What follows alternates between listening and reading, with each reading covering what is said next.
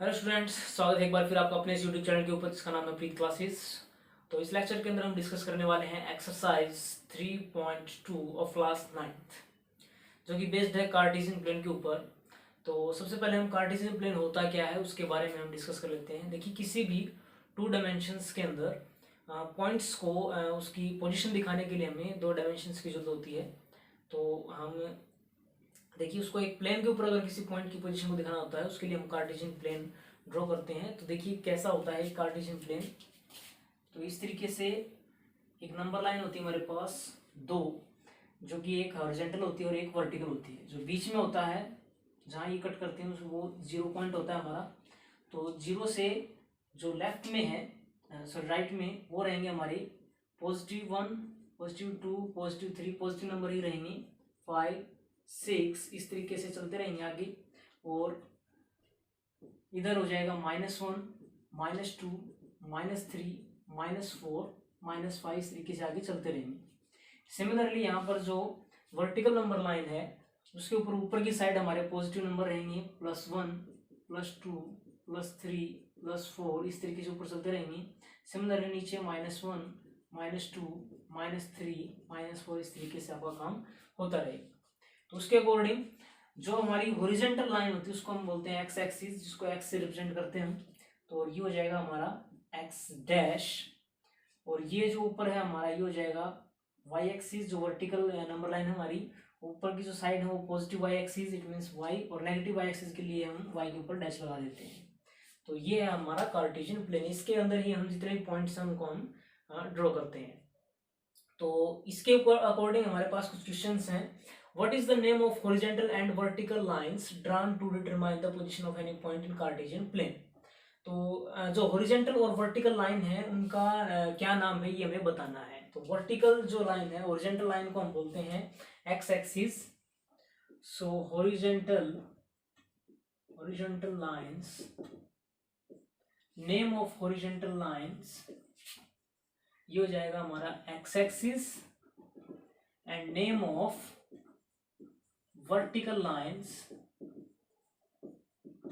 वो हो जाएगा हमारा वाई एक्सिस। तो ये आपका फर्स्ट क्वेश्चन का आंसर। उसके बाद सेकंड है, what is the name of each part of the plane formed by this two line. इन दो लाइंस के द्वारा, जो वर्टिकल और हॉरिजॉन्टल है, इस प्लेन को कितने हिस्सों में डिवाइड किया गया है? 4 हिस्सों में, 1, 2, 3 एंड 4। तो इनको हम क्या नाम देते हैं? देखिए यहाँ से स्टार्ट करते हैं हम। पहला एक्स और वाई का जो पॉजिटिव पार्ट है ये फर्स्ट होता है। उसके बाद एंटी क्लॉकवाइज चलेंगे, मीन्स जिस साइड घड़ी चलती है, घड़ी इस साइड चलती है, तो हमें घड़ी की उल्टी दिशा की ओर चलना है, मीन्स इस साइड। तो ये 1, उसके बाद फिर इधर सेकेंड, फिर इसके बाद थर्ड, उसके बाद फोर्थ। तो ये जो है इन दो लाइनों से ये 4 पार्ट में डिवाइड किया गया, उसको बोलते हैं क्वाड्रेंट। तो क्या है हमारे पास सेकेंड के आंसर है फर्स्ट क्वाड्रेंट,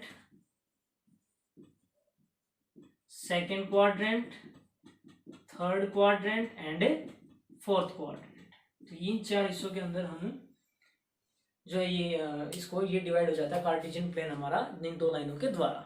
उसके बाद हमारे पास third, write the name of the point. उस पॉइंट का नाम लिखना है where these two lines intersect, जहां ये दो लाइनें इंटरसेक्ट करती है, मीन्स जहां ये दो लाइनें काटती हैं। तो देखिए यहाँ और यहाँ ये दोनों लाइनें इस पॉइंट पर काटती हैं, 0 पॉइंट पर। तो इस पॉइंट को क्या कहा जाता है? इस पॉइंट को कहा जाता है आपका ओरिजिन। तो इस जो थर्ड का जो आंसर है वो हो जाएगा हमारा ओरिजिन, कि जहां ये दो लाइनें आपस में कट करती हैं उसको हम बोला जाता है ओरिजिन। ये था आपका फर्स्ट क्वेश्चन। उसके बाद हमारे पास सेकंड क्वेश्चन। हमें एक ये फिगर दे रखा है कार्टेशियन प्लेन के अंदर, अलग अलग पॉइंट हैं।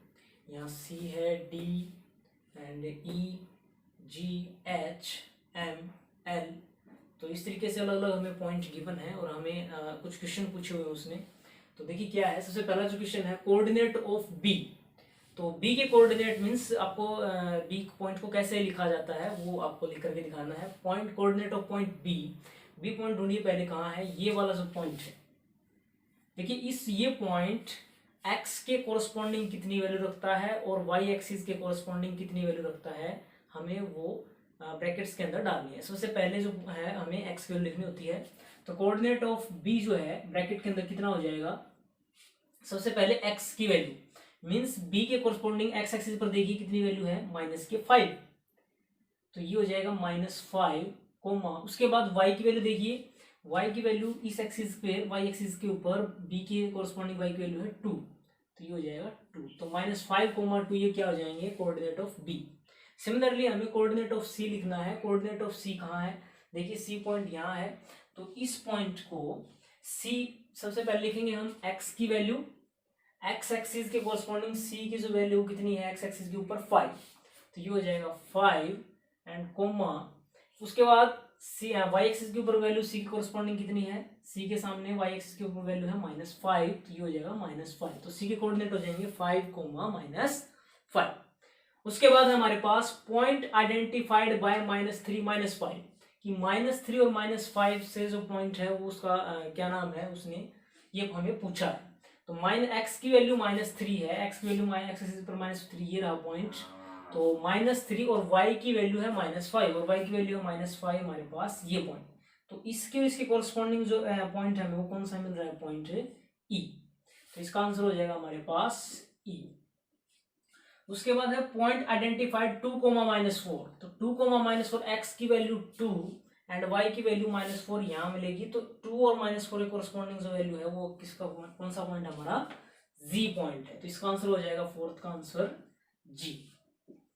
उसके बाद हमारे पास एब्सिसा ऑफ D, ये एब्सिसा और ऑर्डिनेट क्या है, देखिए जो x एक्सिस के कोरस्पॉन्डिंग जो वैल्यू होती है उसको हम बोलते हैं एब्सिसा, और जो y एक्सिस के जो कोरस्पॉन्डिंग वैल्यू होती है उसको हम बोलते हैं ऑर्डिनेट।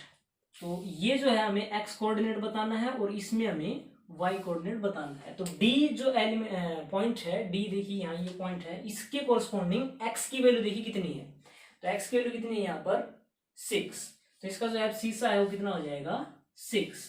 सिमिलरली h में ऑर्डिनेट बताना है, ऑर्डिनेट मतलब y की वैल्यू बतानी है h के कोरस्पॉन्डिंग, तो h के कोरस्पॉन्डिंग y की वैल्यू कितनी हो जाएगी, h ये है y एक्सिस के ऊपर, h के कोरस्पॉन्डिंग y की वैल्यू कितनी है -3, तो इसका आंसर हो जाएगा हमारे पास -3। उसके बाद है coordinate of L and coordinate of M, तो ये B और C की तरह ही है। कोऑर्डिनेट ऑफ L पॉइंट देखिए कहाँ है, ये जो पॉइंट है ये है हमारा L पॉइंट। अब यहाँ पर देखिए हमें, अब पहले हमें x की वैल्यू लिखनी होती है, तो 5 के कोरस्पॉन्डिंग, अब ये जो पॉइंट है ये पॉइंट है y एक्सिस के ऊपर, और y एक्सिस के ऊपर कोई पॉइंट हो सब में x की वैल्यू 0 होती है, क्योंकि जो y एक्सिस के पॉइंट है वहां इससे कोरस्पॉन्डिंग अगर सीधा आएंगे परपेंडिकुलरली, तो ये कहाँ कट करता हुआ मिलेगा, x एक्सिस के ऊपर 0 के ही सामने होता है। तो y एक्सिस पर कोई भी पॉइंट, जितने पॉइंट है उनमें सब में x की वैल्यू कितनी होगी 0, तो यहाँ x की वैल्यू हो जाएगी 0 कोमा, और y की वैल्यू y एक्सिस पर कितनी वैल्यू है, किस पोजीशन पर है ये 5, तो ये हो जाएगा 5। Similarly coordinate of m point है हमारा ये, अब ये पॉइंट कहाँ है x एक्सिस के ऊपर, तो x की वैल्यू तो है -3, और x एक्सिस के ऊपर जितने भी पॉइंट हैं, x एक्सिस पर जितने भी पॉइंट हैं 1 2 3 -1 -2 -3 सब पर y की वैल्यू कितनी होगी 0, तो y की वैल्यू हो जाएगी 0 एंड ये हो जाएगा इसका कोऑर्डिनेट।